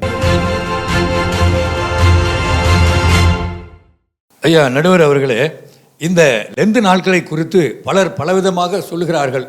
வசந்த காலம் என்கிறார்கள், இலையுதிர் காலம் என்கிறார்கள், புதுப்பித்து கொள்ளுகிற காலம் என்கிறார்கள், தவசு காலம் என்கிறார்கள். ஆகவே இயேசு கிறிஸ்துவுக்கு இது எப்படிப்பட்ட காலம் அப்படின்னு பார்க்கும்போது சிலுவை பாடுகளை எதிர்நோக்கிய காலம். இயேசு கிறிஸ்து இந்த சிலுவை பாடுகளை எதிர்நோக்கிற ஒரு காலமாக இருந்தது. நடுவர் அவர்களே, உங்களுக்கும் எங்களுக்கும் எதிர் அணியினருக்கும் இந்த லெந்து நாட்களில் அதிகம் தேவைப்படுவது கடும் விரதமே. நம்மளும் சேர்த்துட்டீங்களோ? ஆமாயா. சரி. ஓகே. விரதம் உபவாசம் தான் சிறந்தது. டாக்டர் அம்மா சொன்னாங்க, பம்மலில் பிரியாணி சாப்பிட்டு நாங்கள் வந்திருக்கிறோம்னு சொல்லிட்டு ஒரு ஆதங்கம் ஐயா, அவங்க சாப்பிடல, அந்த ஆதங்கம் தான். நண்பர் செந்தில் அவர்களும் சொல்றாரு, நாங்கெல்லாம் வயிறு முட்டை சாப்பிட்டுட்டு வந்தோம். ஐயா, எங்கள் அபிஷேக தோட்ட ஊழியத்தினுடைய உபவாச நாளி அன்னைக்கு 3வது சனிக்கிழமை உபவாச கூட்டத்தை நாங்கள் முடித்திருக்கிறோம். இன்றைக்கு நாங்கள் உபவாசம் தான். நீங்க யார் சொன்னாலும் சொல்லாட்டாலும் நாங்கள் உபவாசத்தோடு தான் வந்திருக்கிறோம். ஆகவே அடுத்த ஒரு சகோதரி சொன்னாங்க, 38 வருஷமா பெதஸ்தா குளத்தருகே ஒருவன் கிடந்தான்னு சொல்லி. ஐயா, நாங்கள் சொல்ற வழியில 40 நாள் அவர் விரதம் இருந்திருந்தா ஏசு கிறிஸ்து சீக்கிரம் வந்திருப்பாரியா? அதான் கேட்டேன். என்ன அருமையான பாயிண்ட். நானே டகார்னு இப்போதான் விழிப்புணர்வு ஆயிடுச்சு, விழிப்புணர்வு வந்துருச்சு. உபவாசம் இருந்திருக்கலாமே. ரைட்டு. ஒரு இடத்துல போகும்போது ஆலயத்துக்கு முன்னாலே இருந்த முடவர் ஒருத்தர், நடக்க முடியாத ஒருத்தர் பேதுருவை பார்த்து அவர் தாகத்தோட பார்த்தாராம், தாகத்தோட கேட்டாராம். இல்லையா, நல்லா படிச்சு பாருங்க அந்த வசனத்தை. அப்போஸ்தலர்ல ஐயா, அவர் ஏதாவது ஒரு 100 ரூபாய் கிடைப்பாரா? பசியில கேட்கிறாரியா? அதான கேட்டேன். இருந்திருப்பாரு போலுக்கு. பசியினால அவரு பேதுரு ஏதாவது கொடுக்க மாட்டாரான்னு சொல்லி அவரை நோக்கி பார்த்தாரு. நல்லா படிக்கணும் என்னையா? படிக்கணும் ஐயா. தாகமா இருக்கிறவர்களே எல்லாரும் வந்து பெற்றுக்கொள்ளுங்க, இலவசமா பெற்றுக்கொள்ளுங்கன்னு அந்த சகோதரி சொல்றாங்க. ஆமா, அவன் தாகமா இருக்கிறவங்கள கூப்பிட்டா வரமாட்டீங்களே, அதனால இலவசமா வந்து பெற்றுக்கங்கன்னு சொல்லி கூப்பிடுறாரு. Very good. எல்லாரும் வருவீங்க. அதானே ஐயா, இந்த விரதம் தாயா சிறந்தது. ஓகே. உபவாசம் தான் சிறந்தது. ஆகவே உபவாசம் இருந்தாதான் உங்களுக்கு ஆத்மா தாகம் வரும்யா. நீங்க உபவாசம் இருந்து பாருங்க, ஆத்மா தாகம் தானா வரும். நீங்க உபவாசம் இருந்து பாருங்க, ஊழிய தாகம் தானா வரும். Very good. நீங்க உபவாசம் இருந்து பாருங்க, சரீர தாகமும் தானா வரும். ஓகே. ஐயா, கடைசியா ஒண்ணு சொல்றேன். இயேசு கிறிஸ்து சொன்னாரு, 1 மணி நேரம் முழித்திருக்க கூடாதான்னு சொல்லி சீசர்களை பார்த்து. 1 மணி நேரம் முழித்திருக்கிறதுக்கு முடியாதவங்க இவங்க எப்படியா தாகத்தோட இருப்பாங்க? என்ன தாச்சு 1 மணி நேரம் அப்படிதான் இருக்குது. தாகத்தோட எப்படியா இருப்பாங்க? அதான் அப்படிதான் இருக்கு. ஆகவே நாங்கள் சொல்லுகிற இந்த விரதமே லெந்து நாட்களுக்கு முக்கியமானது, தேவையானது விரதமே என்று கூறி விடைபெறுகிறோம். நல்ல தீர்ப்பை நீங்கள் வழங்க வேண்டும். ஏனென்றால் நாங்கள் விரதத்தோடு வந்திருக்கிறோம். நல்ல தீர்ப்பை நீங்கள் கொடுக்கும்படி அன்போடு கேட்டு விடைபெறுகிறேன். நன்றி. அடுத்தபடியாக தாகமேங்கிற டாக்டர் வீணா MBBS ஸ்கேன் ஸ்பெஷலிஸ்ட் அவர்கள் தாகம்தான் என்று சொல்ல வர்றாங்க. ஃபைனலாக அவங்க என்ன சொல்கிறாங்கன்னு கேட்போம். நடுவர் அவர்களே, அவர் வந்து பசி மயக்கத்துல தான் பேசிட்டு இருக்காரு. ஓ, அப்படி போகுது. ஆமா, அவர் டாக்டர்ங்கிறது கரெக்டா இருக்கு, கணிச்சிருக்காங்களே. ஆமாங்க ஐயா, அப்புறம் நான் டாக்டர் நீங்க பலமுறை சொல்லும் போது நான் அதை உறுதிப்படுத்துறேன். ஐயோ, பசி மயக்கம். பசி மயக்கத்திலயும் அந்த நடுக்கத்திலயும் பேசிட்டு அந்த தடுமாற்றம். ஆமாங்க ஐயா, பசியில என்ன வரும்? சரீரத்தாக வரதான் செய்யும். எப்ப தண்ணி கொடுப்பாங்க அப்படின்னு தான் தேட தோணும். ஆமா, எந்த தேடுதல் நமக்கு தேவை? அது சரி, ஆண்டவருடைய தேடல் இருக்கணும். அதே மாதிரி அவங்க சொன்னாங்க 3 மணி நேரம் மீன் கறி வாங்கி சமைச்சா 3 மணி நேரம் வேஸ்ட் ஆகும் அப்படிங்கிறாங்க ஐயா. அதுக்கே அலுப்புப்படுறவங்க முழங்கால் படிட்டு எப்படி சுப்ரீம் கோர்ட்ல போயிருப்பா பாயிண்ட். சுப்ரீம் கோர்ட் என்னமா பாயிண்ட்?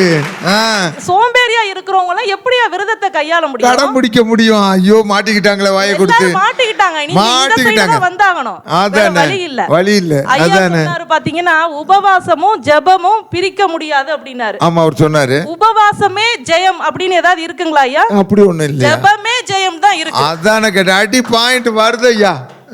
சரிங்களா ஐயா? சரி சரி. இந்த மாதிரி இவங்க எல்லாம் வந்து பசி மயக்கத்துல நான் ஃபர்ஸ்ட் சாப்பிட்டாங்கன்னு சொன்னேன். ஆனா கடைசியா இவர் மட்டும் தான் சாப்பிடல. நான் அப்பவே சைஸ பார்த்து நான் யோசிச்சேன். சரிங்களா ஐயா? சரி சரி. ஆமா, இப்ப நமக்கு வந்து அதே மாதிரி நமக்கு பிரியமான காரியங்களை வெறுக்கிறார்கள்னு இவங்க எல்லாம் பேசுறாங்க. ஆமா ஆமா, அதாவது இந்த சாப்பிடுறது, ஏன்னா அவங்க வந்து கஷ்டத்துக்குள்ள இருக்கிறத அவங்க வெளிப்படுத்திக்கிறாங்க, உலக பிரகாரமா வெளிப்படுத்துறாங்க. ஆண்டவர் வந்து உங்களோட முகத்தை பார்க்கல, நீ வந்து பூ வச்சிருக்கியா, எந்த அளவுக்கு வந்து உன்னை சிரமப்படுத்திக்கிறங்கிறத பார்க்க, உன்னோட வந்து குணத்துல இருக்கணும். ஆண்டவர் வந்து அகத்தை பார்க்கிறார், முகத்தை பார்க்கல, வெளிப்புறத்தை பார்க்கவில்லை. நீ உள்ளுணர்வுல எப்படி இருக்க? மற்றவர்களுக்கு உதவி செய்கிறாயா? சிறியவர்களுக்கு உதவி செய்கிறாயா? ஏழைகளுக்கு பசியை போக்குகிறாயா? உங்களை யாரும் பசியா இருக்க சொல்லல. சரிங்களா ஐயா? உபவாசத்தினால மட்டுமே நீங்க ஆண்டவரை கிட்டி நெருங்க முடியாதுங்க. ஜெபம் மட்டும்தான் அதுல உறுதிப்படுத்த முடியும். எதுக்காக நம்ம தேடுதல் இருக்கு? நம்மளுடைய மனம் திருத்துதல் வேணும். இந்த 40 நாள் லெந்து நாட்கள் என்பதே நமது புதிய வாழ்வை ஏற்படுத்தி கொள்ள வேண்டும். மனம் திருந்தி ஒரு புதிய வாழ்வை ஏற்படுத்தி கொள்வதற்கு தான் இந்த 40 நாட்களை தவிர பசியும் பட்டினியா இருந்து ஒரு நோயாளி ஆயிடக்கூடாதியா. என்ன மாதிரி போகுது? ஜிப் ஆஸ்பத்திரிங்க வந்துட்டு இறங்கிட்டு பல்லாவரம் பொம்பல் ஜிப் ஆஸ்பத்திரி. அதனாலங்க நான் கடைசியா சொல்லிக்கிறது என்ன அப்படின்னா, இவங்க தன்னைத்தானே வெறுத்துன்னு வேற சொல்றாங்க. சரி, தன்னையே வெறுக்கிற ஒருத்தர் எப்படிங்க ஒரு சகோதரத்துவமா மற்றவர்களுடைய ஒரு அன்பா இருக்க முடியும்? சரி, இயேசுவோட ஒரு வார்த்தையே என்னங்கய்யா? அன்பு. இயேசுனாலே அன்பு, அன்பு பாராட்டணும். தன்னைத்தானே வெறுத்துக்கிட்டு இவங்க எப்படி தன்னையே வந்து விரும்பாதவங்க மற்றவர்களோட எப்படி இவங்க விரும்பி செயல்படுவாங்க? அதெல்லாம் நம்ம யோசிக்கணுங்க ஐயா.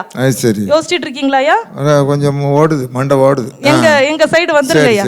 ஆமா, சோ அப்ப நான் ஃபைனலா சொல்ல வர்றது என்ன அப்படின்னா, நம்ம கலாத்தியர் 6:19 சொல்லி இருக்கிறது மாதிரி இந்த மாமிசத்தின் கிரியைகள், அதாவது இவங்க சொல்றது மாதிரி பிரியாணியோ பூவோ இதெல்லாம் நம்ம முக்கியத்துவப்படுத்த முடியாது.